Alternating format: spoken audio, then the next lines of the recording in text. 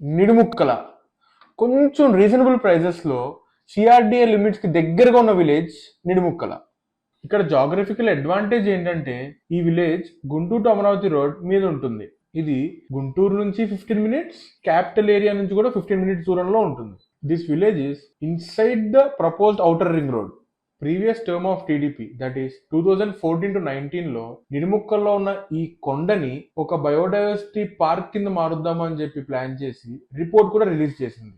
ఆ రిపోర్ట్ లో ఉన్న ప్లాన్ ఇది. ఈ విలేజ్ లిమిట్స్ లో గుంటూరు అమరావతి రోడ్ కి ఇటు సైడ్ రేట్స్ డొంకర్ రోడ్లలో కూడా 2.5 to 3 crores వరకు ఉంది.